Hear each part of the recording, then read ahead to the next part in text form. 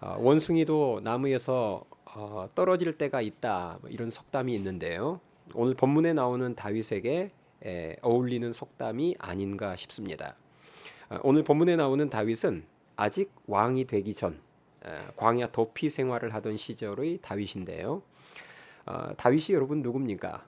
믿음으로 골리앗을 물리쳤던 사람이고 또 자신을 죽이려 했던 원수인 사울 왕을 두 번씩이나 용서해 준 정말 믿음의 사람 아닙니까? 그런 믿음의 사람도 큰 실수를 할 때가 있었는데요. 바로 이 적국인 블레셋 가드로 망명한 사건입니다. 여러분 우리가 이제 성경을 보면 어떤 때는 블레셋이라고 했다가 어떤 때는 블레셋 가드라고 했다가 하는데 이 가드는 블레셋에 있는 5개의 주요 도시 국가 중에 하나입니다.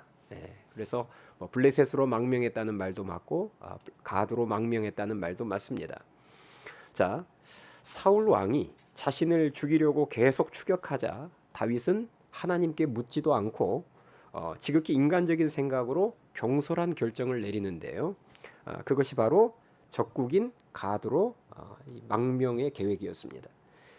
그 장면이 사무엘상 27장 1절에 나오는데요. 제가 읽어드리겠습니다. 다윗이 그 마음에 생각하기를 내가 후일에는 사울의 손에 붙잡히리니 블레셋 사람들의 땅으로 피하여 들어가는 것이 좋으리로다. 사울이 이스라엘 온 영토 내에서 다시 나를 찾다가 단념하리니 내가 그의 손에서 벗어나리라 하고 다윗이 일어나 함께 있는 사람 600명과 더불어 가드 왕 마옥의 아들 아기스에게로 건너가니라. 이렇게 기록이 되어 있습니다. 자, 아까 시작이 어떻게 시작됐냐면 다윗이 그 마음에 생각하기를 이렇게 시작됐어요. 이런 다윗의 결정은 하나님의 뜻이 아니었습니다. 보통 하나님의 뜻이라면 다윗이 하나님께 묻자와 가로되 이렇게 시작돼야 맞는데 아까는 전혀 기도하는 장면은 나오지 않고 그냥 마음속에 생각하기를 지극히 인간적인 자신의 잘못된 생각이자 결정이었습니다. 블레셋으로의 망명이요. 이런 잘못된 결정을 내렸을 때 큰 문제점 중 하나는 당장은 별다른 문제가 없어 보인다는 것이 문제입니다. 우리가 신앙생활하면서 하나님의 뜻에 순종하는 바른 결정을 내린다고 곧바로 어떤 복이 나타나는 것도 아니고 반대로 하나님의 뜻에 반하는 잘못된 결정을 내린다고 곧바로 큰 문제가 나타나는 것도 아니라는 사실을 알아야 합니다. 바른 결정도 잘못된 결정도 시간이 점점 흐를수록 진짜 결과물이 선명하게 나타나기 시작합니다. 오늘 본문에 나오는 다윗이 그랬습니다.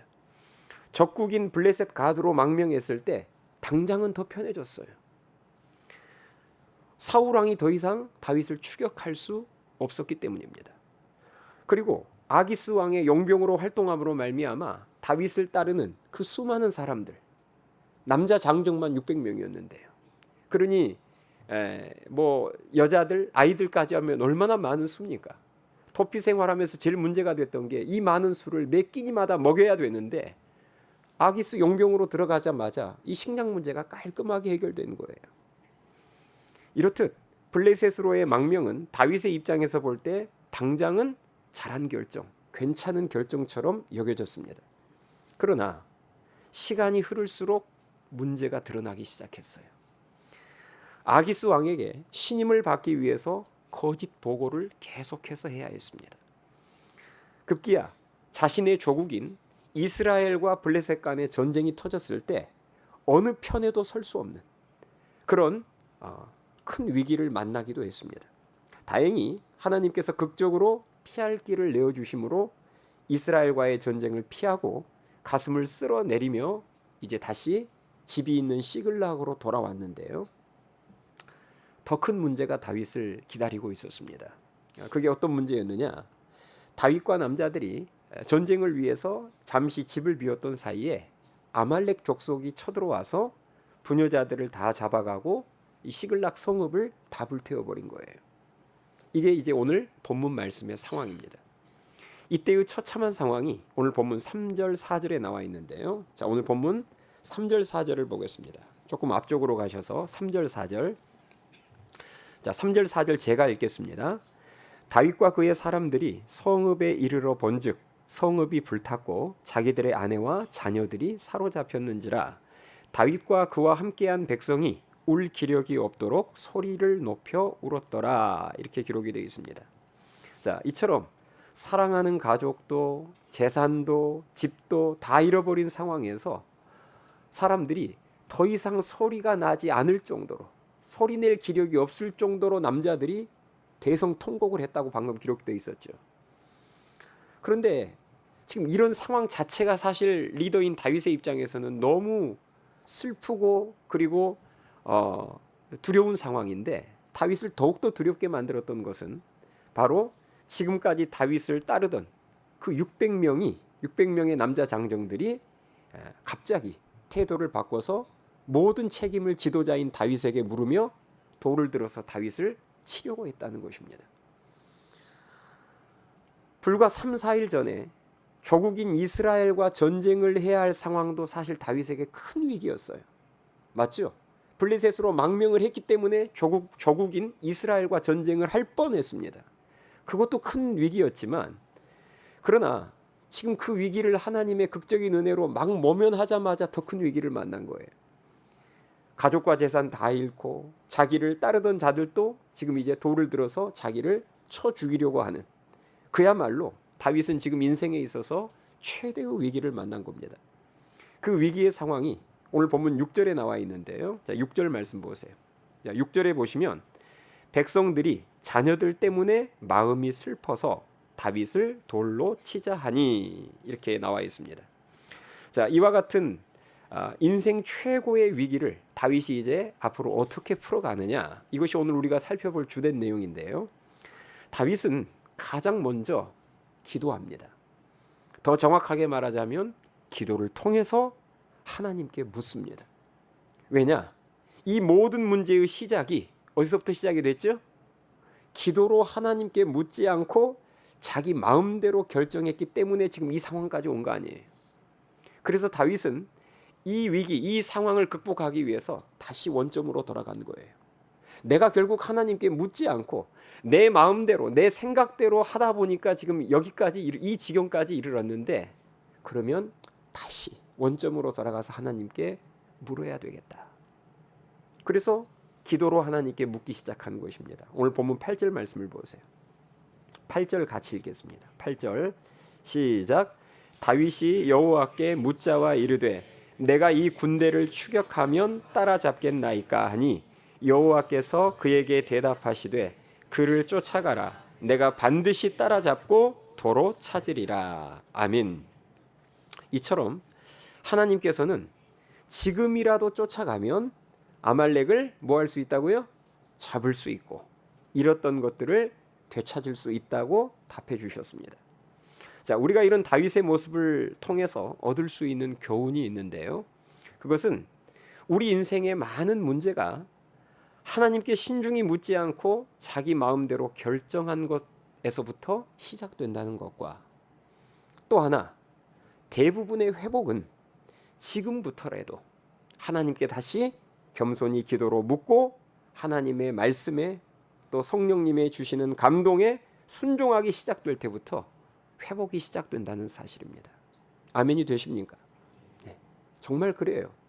우리 인생의 모든 문제는 아니지만 상당히 많은 문제들이 하나님께 신중히 묻지 않고 내 생각대로, 내 마음대로 섣불리 결정한 것에서부터 대부분 시작됩니다.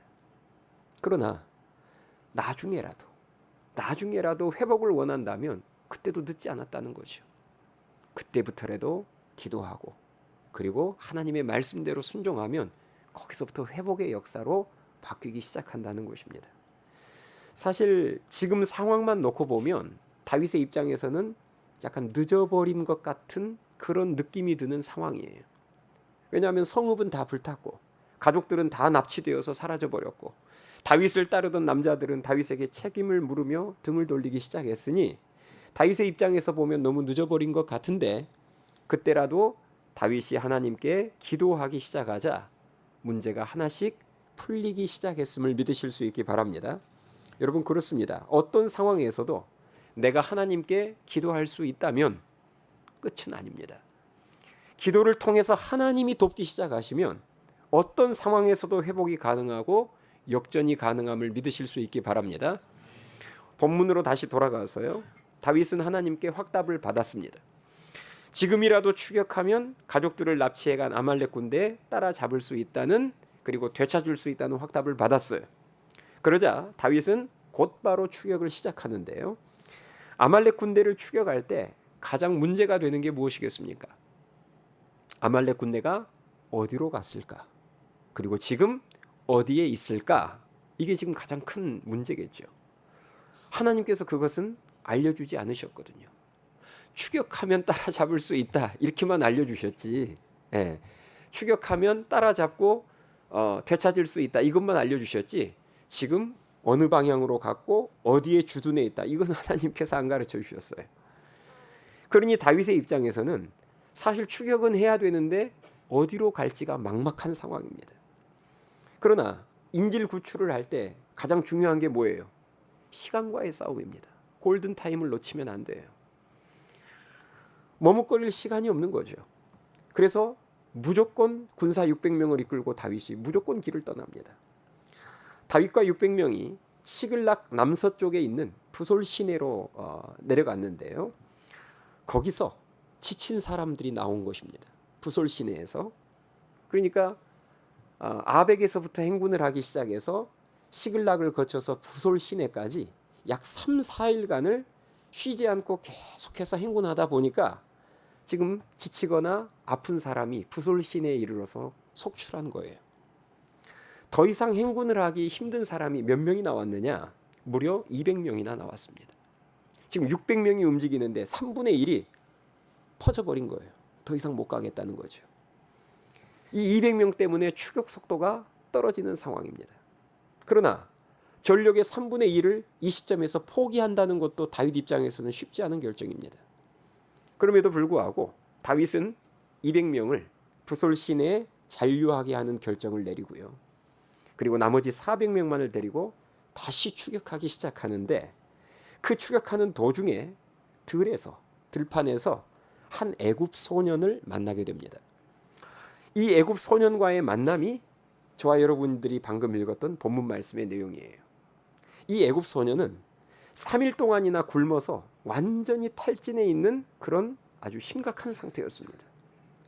만약 여러분이 지금 추격하는 다윗이라면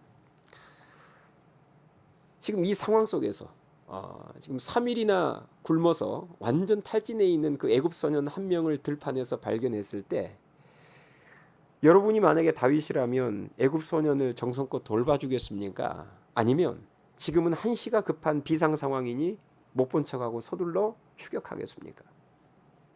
지금 상황만 놓고 보면 사실 한가하게 누구를 도와줄 상황은 아니잖아요. 왜냐하면 내가 여기서 지체하면 내 가족의 생명이 위험할 수 있는 상황인데요.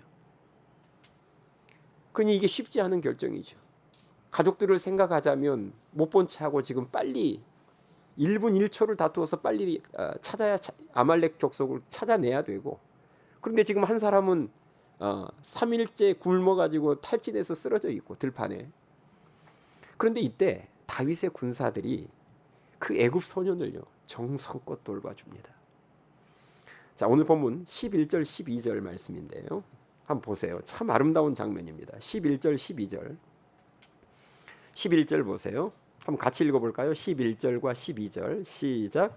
무리가 들에서 애굽 사람 하나를 만나 그를 다윗에게로 데려다가 떡을 주어 먹게 하며 물을 마시게 하고, 그에게 무화과 뭉치에서 뗀 덩이 하나와 건포도 2송이를 주었으니 그가 밤낮 사흘 동안 떡도 먹지 못하였고 물도 마시지 못하였음이니라. 그가 먹고 정신을 차리매. 예. 자, 정말 아름다운 장면이죠. 왜냐하면 그냥 불쌍한 사람 도와줘도 아름다운 장면인데 지금 상황이 보통 상황이 아니잖아요. 1분 1초를 다퉈서 지금 추격해야 되는 상황 속에서 그 400명이 걸음을 멈추고 이 한 애굽 소년, 지쳐 쓰러져 있는 애굽 소년을 지금 먹을 것을 주면서 정성껏 돌봐주고 있는 정말 멋진 장면입니다. 이처럼 애굽 소년이 다윗과 군사들의 도움을 받아서 기력을 회복하고 정신을 차리게 되자 다윗이 그 애굽 소년에게 이제 누구인지를 물어보는데요.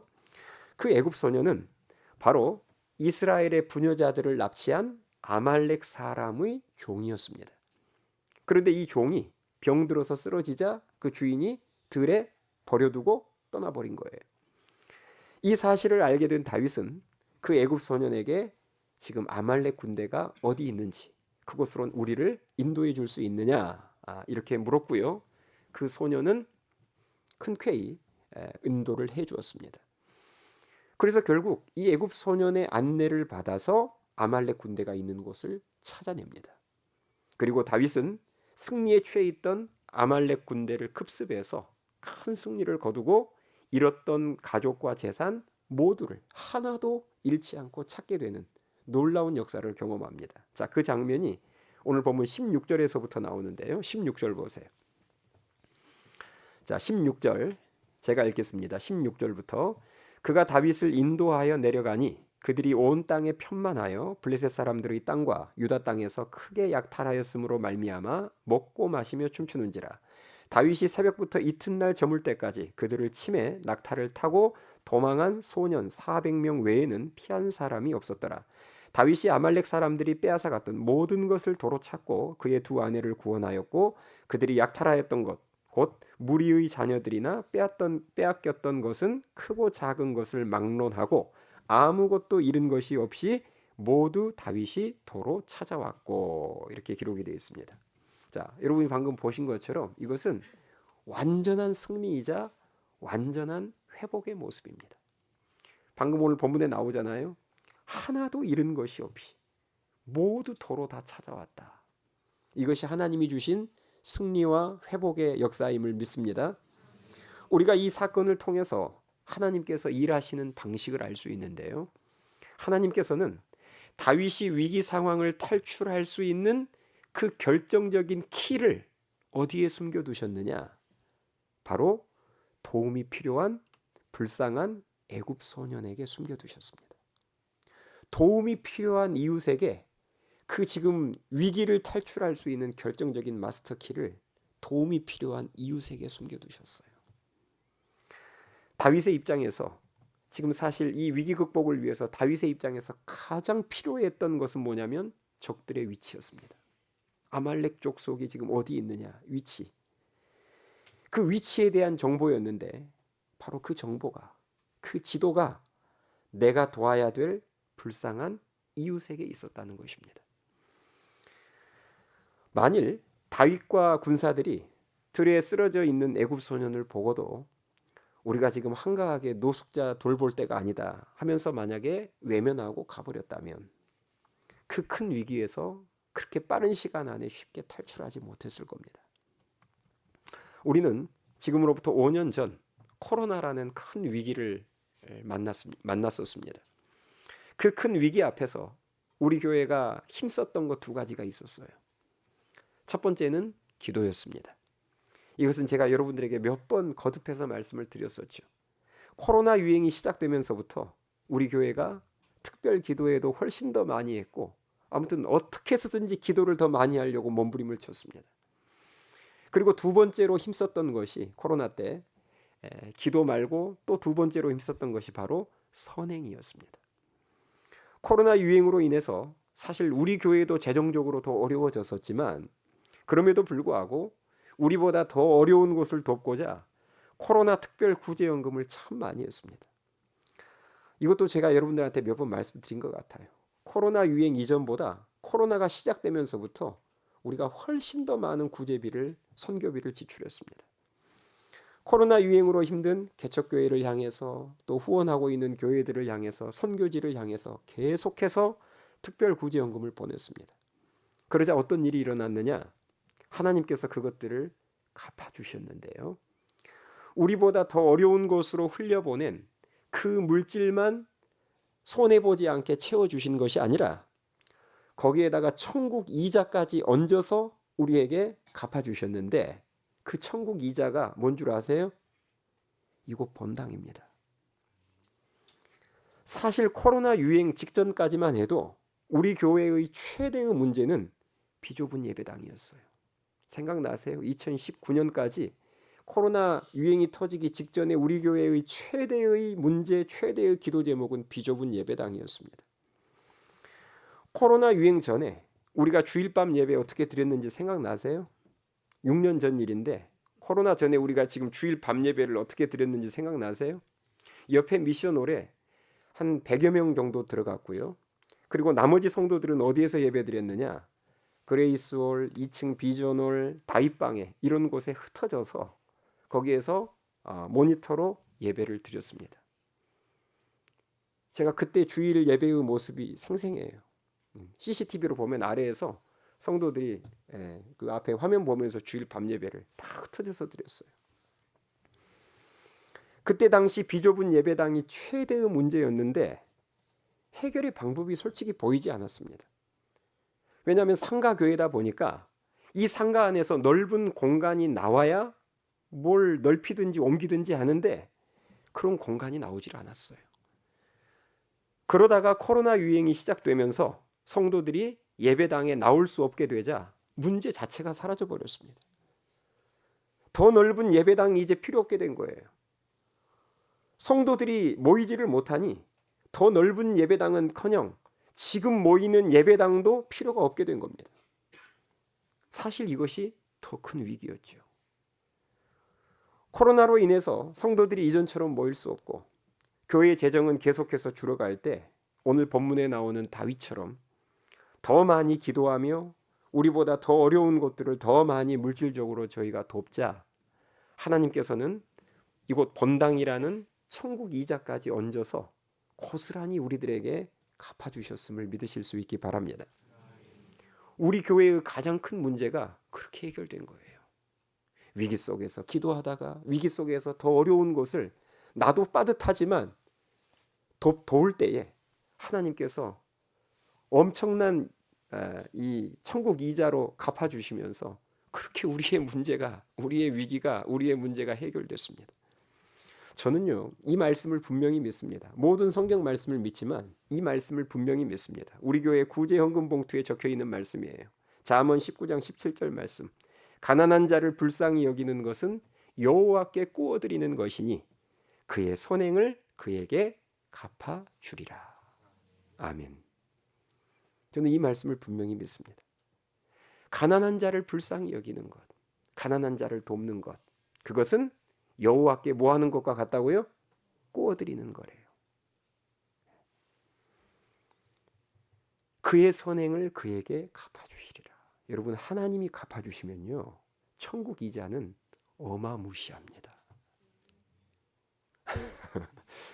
하나님한테 빌려주고 나서 하나님이 갚아주실 때 보면 거기에 따라 붙는 천국 이 이자는 정말 어마무시합니다. 우리가 사실 내 시간도 부족하고 내 물질도 빠듯하지만 하나님이 기뻐하시는 선행, 즉 선교와 전도와 구제에 우리들이 힘쓸 때에 도움이 필요한 그 어려운 자들, 복음이 필요한 그들을 우리들이 외면하지 않고 그들을 내 시간을 내어 물질을 쏟으며 도울 때에 하나님께서는 절대 우리가 손해보지 않도록 더 큰 은혜로 채워주심을 믿으실 수 있기 바랍니다. 이 믿음이 있는 사람이 내가 힘들 때에도 선행에 힘쓰는 겁니다. 우리는 보통 선행이라는 것은 여유가 있을 때나 하는 것이라고 생각하는데 그렇지 않아요. 제가 여러분들에게 방금 우리 교회 간증도 거듭거듭 이야기하잖아요. 여러분이 진짜 제대로 된 투자, 정말 대박 터지는 투자를 하고 싶다면 힘들 때일수록, 오늘 본문이 말해주지 않습니까? 지금 다윗과 군사들이 여유가 있는 때가 아닙니다. 1분 1초가 급할 때예요. 아쉬울 때입니다. 그런데도 길거리에 쓰러져 있는 그 어려운 이웃을 보자 지나치지 않고 마음을 다해서 그를 도와줬을 때 오히려 더 큰 도움이 그를 통해서 오는 것을 보게 됩니다. 이제 코로나 유행은 지나갔어요. 새로운 위기가 찾아왔습니다. 역대급 경제 위기입니다. 문제는 바뀌었어요. 코로나라는 문제가 없어지고 이제는 역대급 경제 위기라는 문제가 찾아왔어요. 문제는 바뀌었지만 정답은 똑같다고 저는 믿습니다. 문제는 바뀌었지만 정답은 똑같아요. 마스터키는 똑같습니다.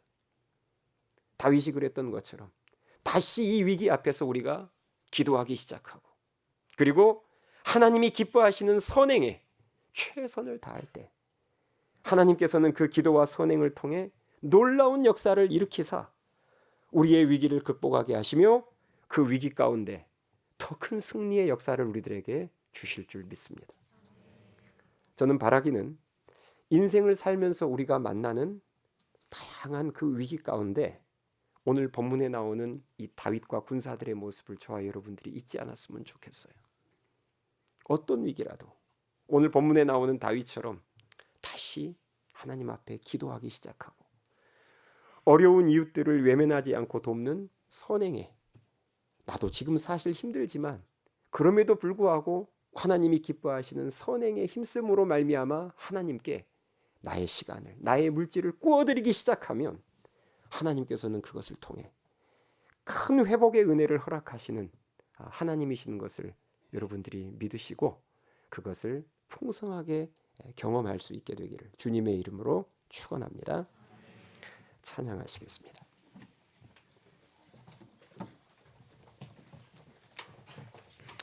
우리 오늘 주신 말씀을 생각하면서 찬양할 텐데요.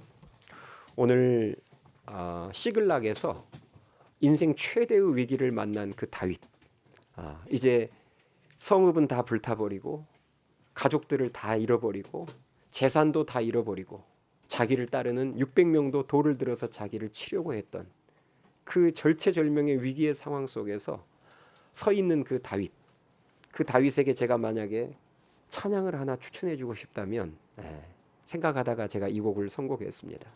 우리 이 시간 다 같이 이 찬양 부르면서 하나님 앞에 나아가시겠습니다.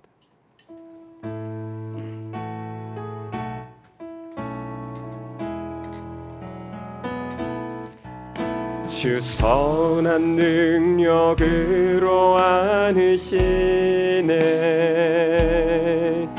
그 크신 팔로 날 붙드시네, 절망 속에도 흔들리지 않고 사랑하는 주 얼굴 구하리. 처음부터 다시 고백합니다. 주 선한 능력으로, 선한 능력으로 안으시네, 그 크신 팔로 날 붙드시네, 절망 속에도 흔들리지 않고 사랑하는 주 얼굴 구하리.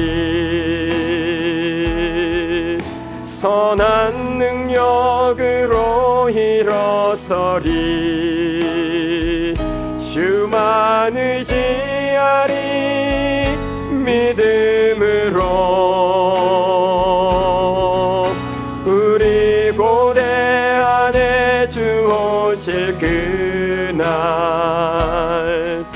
영광의 새날을 맞이하리. 이전의 괴로움 날 애워싸고, 이전의 괴로움 날 애워싸 고난의 길을 걷는다 해도, 길을 걷는다 해도 주님께 모두 맡긴 우리여 끝내 승리의 날을 맞으리. 승리의 날을 맞으리. 선한 능력으로 일어서리. 그로 일어서리. 주만 의지하리. 믿음으로 우리 고대 안에 주 오실 그날 영광의 새날을 맞이하리. 주님이 마신 고난의 쓴 잔을, 고난의 쓴 잔을 우리도 감사하며 받으리. 남은 고난 채워가 예수와 복음 위에 살리라. 복음 위에 살리라. 선한 능력으로 일어서리. 능력으로 일어서 주만 의지하리. 주만 의지하리. 믿음으로 우리 고대 안에 주 오실 그 승리의 새날을 맞이하리. 승리의 새날. 우리 목소리 높여 다시 1절 고백합니다. 주 선한 능력으로 안으신 그 크신 팔로 날 붙드시네. 날 붙드시네. 절망 속에도 흔들리지 사랑하는 주 얼굴 구하리. 하는 주 얼굴 구하리. 선한 능력으로 일어서리. 능력으로 일어서 주님만 의지하리. 주만 의지하리. 믿음으로 우리 고대 안에 주 오실 그날